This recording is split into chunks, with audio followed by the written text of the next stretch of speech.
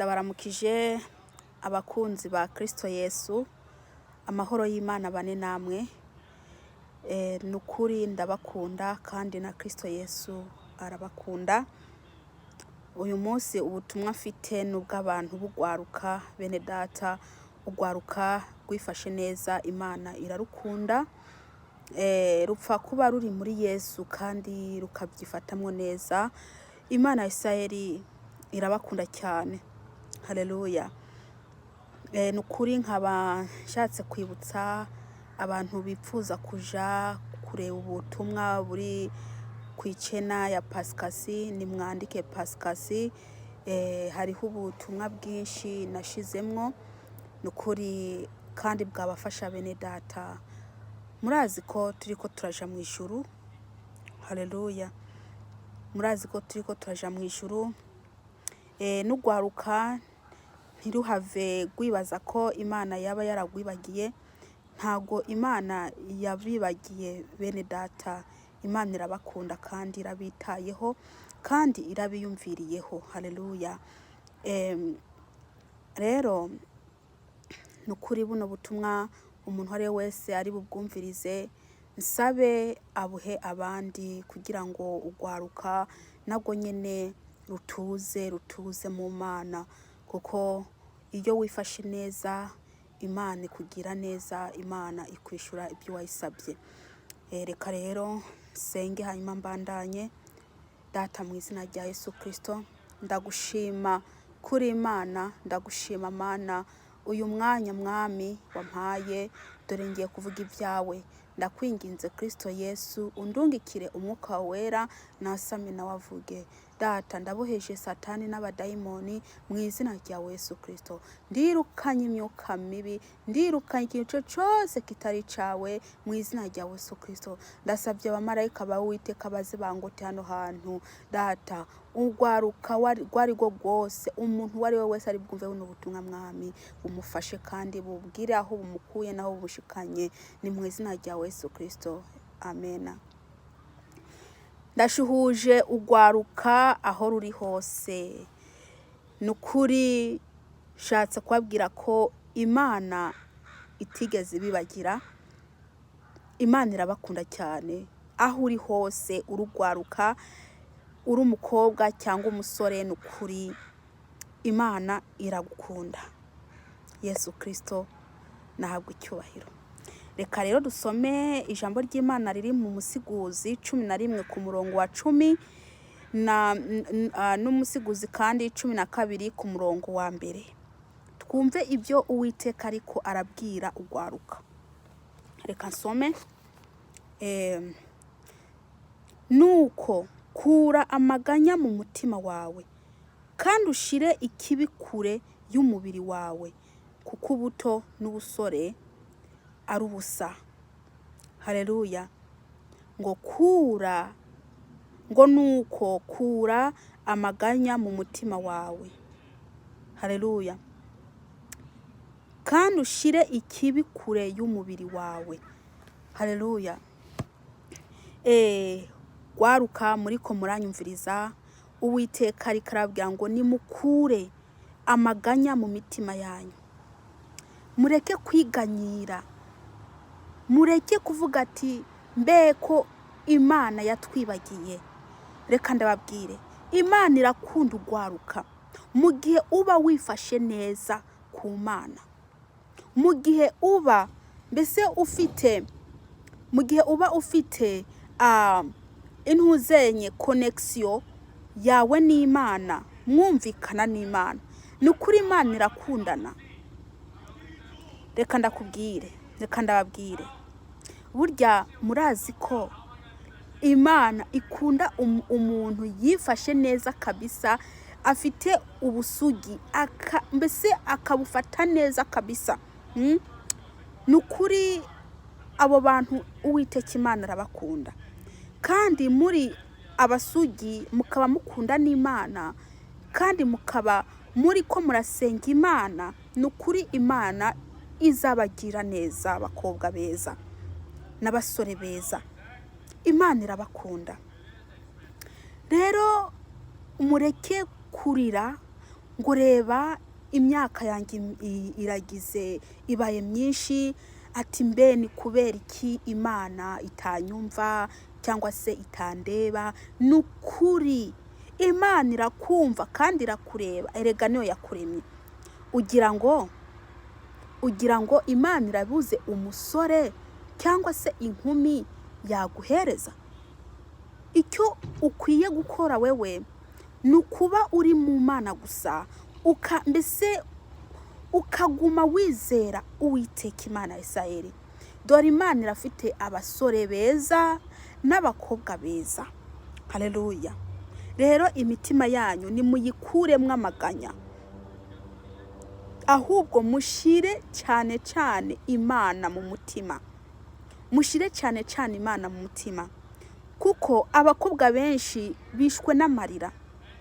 Bamwe bariko barava mu Mana, bamwe bariko baratuka Imana, bamwe bariko baritutumba, bamwe bariko barafata inzira zitarizo, bamwe bariko bariyambika ubusa. Ngo noneho kuba Imana yaranse kuduha abagabo, ateka dufata umwanzuro wo kwambara imyenda migufi twereka abahungu amatako yacu, wahora wambara miremire ugace utangira kwambara dutoya. Ibyo ngibyo ni wabikora mwene data, umenya ko Imana izakwibagira, kandi Imana niyakwibagira Satani azaca gutora. Kubera iki? Uzaba wikuriye Satani. Ni wambare wikwiza mukobwa mwiza. Uwiteka agufitiye umugabo, Uwiteka aragukunda, Uwiteka ntago yaguhebye. Dore ariko arakureba. Nturebe ngo umaze imyaka myinshi. Iyo myaka myinshi uvuga ngo umaze, ku Mana ni mikeya. Ku Mana uracara umwana. Haleluya. Ku Mana uracara umwana. Reka kwitotombera Uwiteka, ahubwo guma umusenga nyaboneka. Gumusenga kandi ugumushima, ugusengera n'isezerano. Ureke Imana ikora ibyo ikwiye gukora, kuko we uri umwana w'umuntu. Wewe uri umwana w'umuntu. Reka ndababwire, wewe ugiye gufata inzira yiwawe mbese uzamera nabi. Niwagenda gufata inzira zawe uzaca uyora ibintu bibi, uzapfa kuyorora gusa ibyo ubonye. Ariko niwaguma mu Mana ukihangana ugafata ubusugi bwawe ukabugumya kabisa, ntihagire umuntu akwaka ubusugi bwawe. Mukobwa mwiza, Imana izaguhereza umugabo, Imana izakubakira urugo. We gusa icyo Imana igukeneye ko nuko uguma mu Mana. Haleluya. Musore wacu rero nawe nukuri ntuze ubona ngo nuko Imana itinze kuguha umugore ngo utangire unyure mu nzira ziwawe, ugende wishakire abantu uzenya abakobwa. Ese urashaka ko utora umugore umubwiye ati mpa amazi yo kunywa, yifata nk'agakombe nk'uku, ngo genda uyitorere? Ibyo urabishaka? Ndibaza ko ibyo utabishaka. Ese ushaka ko utora umugore, uwo mugore aguhagarara hejuru akagutuka? Ibyo urabishaka? Ndibaza ibyo ntago ubishaka kabisa. Ndibaza ushaka umugore mwiza. Aho rero ntuze wigere wiyandagaza ngo ugende uryamane n'abakobwa, kuko icyo ni icyaha cy'ubusambanyi kandi uzaba wiyononeye. Haleluya. Musore rero, nukuri aho uri hose uzakumva ino video, nukuri ino video izagufashe. Nuhagarare ugumukomere, kuko Uwiteka Imana ari mu ruhande rwawe. Uwiteka Imana ariko aragushakira byiza, ntago ariko aragushakira bibi. Ntubone ngo imyaka yawe igeze kure mwene data. Uri umwana imbere y'Imana, uri umwana imbere y'Imana.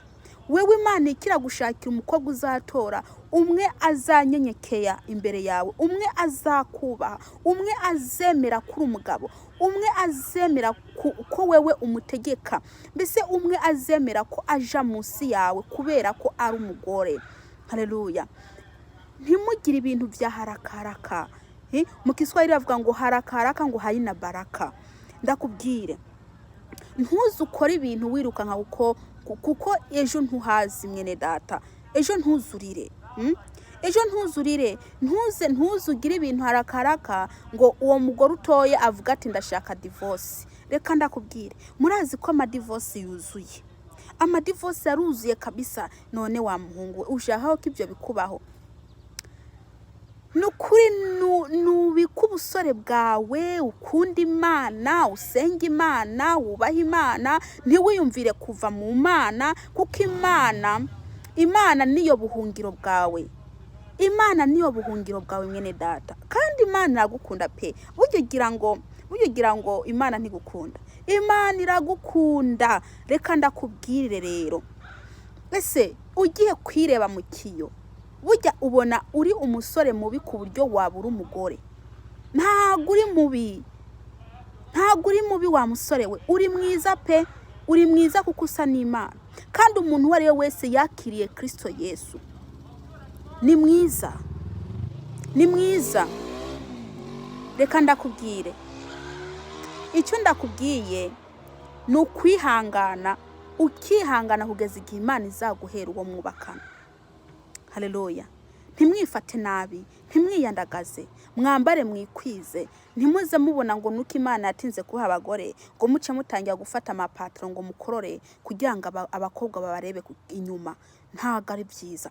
Aho uzaba uri kurira abadayimoni b'indaya. Reka ndakubwire, ni wambare wikwize wa musore we, wifate neza, mbese wubahe iso ari we Kristo Yesu. Ntago azabura umugore azaguhereza. Erega burya urafite umugore aha mwisi ariho, gusa nuko hataragera ngo Imana ibahuze.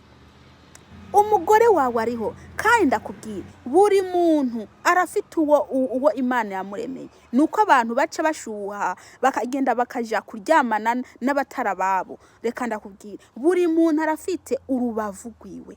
Buri muntu burya Imana yamuremeye urubavu. Gusa nuko twebwe bana abantu mbese tuva mu masezerano tugaca twigira tukifatanira n'abandi, mbese iby'Imana tukabiva inyuma. Reka ndakubwire, ntukave inyuma Imana yawe, kuko iyo Mana yawe nizakubakiye urugo. Reka mbandanye soma ku murongo wa 12. Kandi wame wibuka umuremyi wawe mu minsi y'ubusore bwawe, iminsi mibi itaraza, igihe kitarashika aho uzovuga uti nta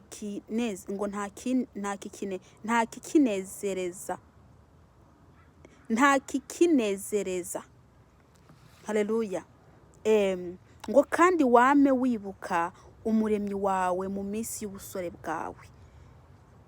Mwene data, mukobwa mwiza n'abasore beza, ngo mwibuke umuremyi wanyu mu minsi y'ubusore bwanyu, mukorera Imana bigishoboka. Ntimurebe ngo muri abasore ngo abasore ngo ntibakorera Kristo. Abasore barakorera Kristo neza, Imana ikanabaheza ikanabaha n'umugisha. Nukuri mukorera Imana, ahubwo muyereke ko mubishaka, muyereke ko mushaka Imana. Imana nayo izabarengera, Imana izabafasha, Imana nayo izaza kubatabara. We gusa ntimurebe. Ereka ndababwire, hariho abasore mbese bakurugwa n'ukuntu abakobwa batambuka, ugasanga abasore baravuye mu busore bwabo baragiye kwikinisha, ugasanga mu ijoro barikinishije. Ese ndakubaze, burya wikinishije kwere, burya ubukira umusore ugiye kwikinisha? Ubukira umusore ntuba wandagaye, uba wandagaye, uba wakoze ibyaha by'ubusambanyi byo kwikinisha. Bene data, ntimukarangarira abakobwa bagenda banyunguza amabuno, ntimukarangarira abakobwa bagenda bambaye ubusa. Oya, ubabonye muze mukemera mu izina rya Yesu Kristo. Kuko reka ndababwira, burya rero satani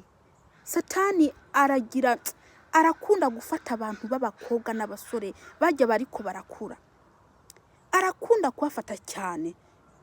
Mwene data, icyo ndakubwiye nukuri nukuza usenga kugira ngo ubusore bwawe uzubuvemo neza. Erega ntago uzaguma mu busore, Uwiteka Imana azaguha umugore, ntugire ikibazo. Nkaba nshaka rero guhanwa na bariya bakobwa basambanye bakabyara bagatwara inda bari mu rugo. Reka ndababwire, ikintu cya mbere cyo gukora no kuja kwihana ico cacu ubusambanyi kikakuva inyuma. Naho rero abo bana mufite mubarere neza, mubakunde kandi ntimubafate nabi, kuko ntuzi ngo uwo mwana ejo azava mwiki. Yarashobora kumbera dogiteri, cyangwa se akambera mwarimu w'abana banjye nzabyara, cyangwa abuzukuru b'iwanjye, ibyo ntabyo uzi wa mukobwa wa musore we. Rero abo bana mufite mwabyaye mubabyaye mu busambanyi, n'ukuri nimugende mwihane, mugende mwihane icyo cyaha kibaveho. kandi ikindi ndababwiye, ntimuze mwiganyire ati kuba narakoze kino cyaha Imana izambabarira. Wewe gusa genda urira Imana ikubabarire, icyo cyaha cy'ubusambanyi kikuveho, hanyuma urere umwana wawe neza. Imana ucuja mu Mana rero, uje dipa mu Mana, hanyuma usenge Imana iguha isezerano. Erega wa mukobwa we, nubwo wabyaye ugakora icyaha cy'ubusambanyi, burya usubiye mu Mana ntugenge Imana yagutora. kandi Imana yagutora, kandi Imana n'umuvyeyi mwiza. Genda usubire mu Mana, urire Imana ikubabarire, kandi izaguha uwo mwubakana. Uwo mwana wabyaye nawe umurere akure, arashobora kuba n'umukozi w'Imana, arashobora kuba n'umuririmbyi, arashobora kuba nk'ikintu gikomeye cyane. Ivyo ntabyo uzi mwene data. Rero wewe ni kugira iki? No gusenga Imana. Haleluya. Ni ugusenga Imana. Ahubwo hariho abakobwa batwara inda bagakora icyaha kimwe cyo gusambana, bagaca bashaka no gukora icyaha cyo gukura mwinda. Reka ndababwiye, ni wa mukobwa uri kuranyumviriza, namba waragiye mu busambanyi ugatwara inda ukayigira, ntukure mwiyo nda yawe, ahubwo igenda usaba Imana imbabazi. Niwamara gusaba imbabazi, usaba Imana imbabazi, Imana izabana nawe, Imana izakubabarira.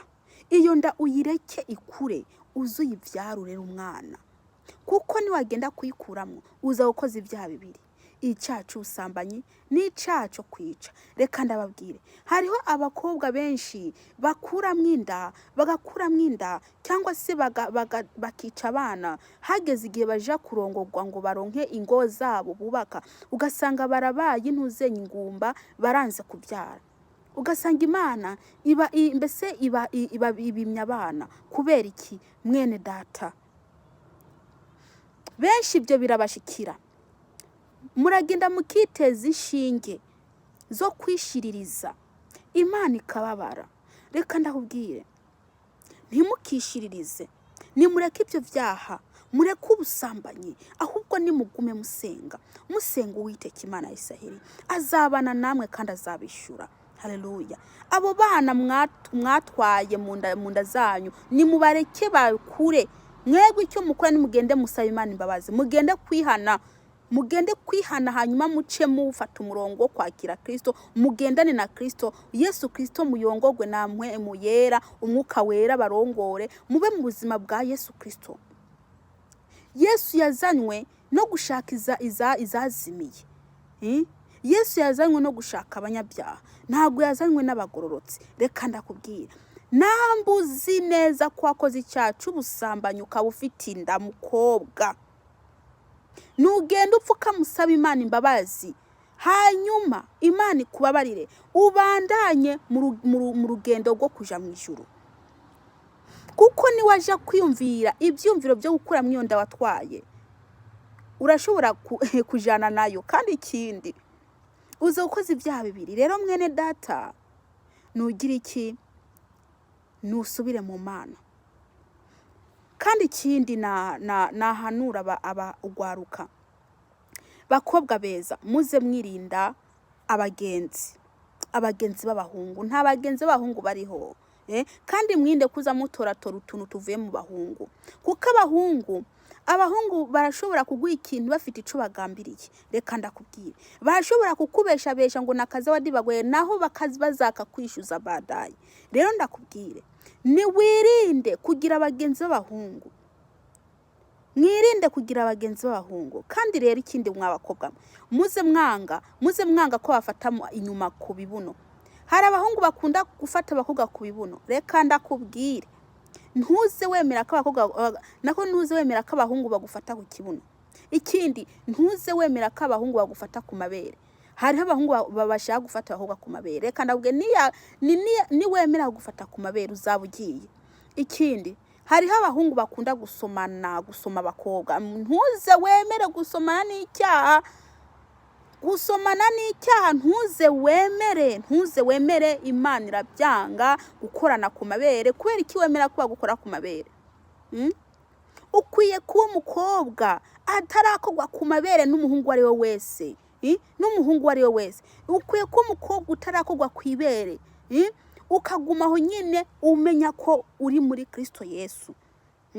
Naho ubundi niwaza wemera gukora ku mabere, ewe karabaye uragiye nge nama mvuga ati ukuye akarenge akaguru kamwe muri Yesu gasohora kamwe, Satani acagerageza gufata kwa kuguru kugize iki kwa kuguru gusigaye akurure, acafata kwa kudi gusigaye nyuma acakurura ucugenda wese.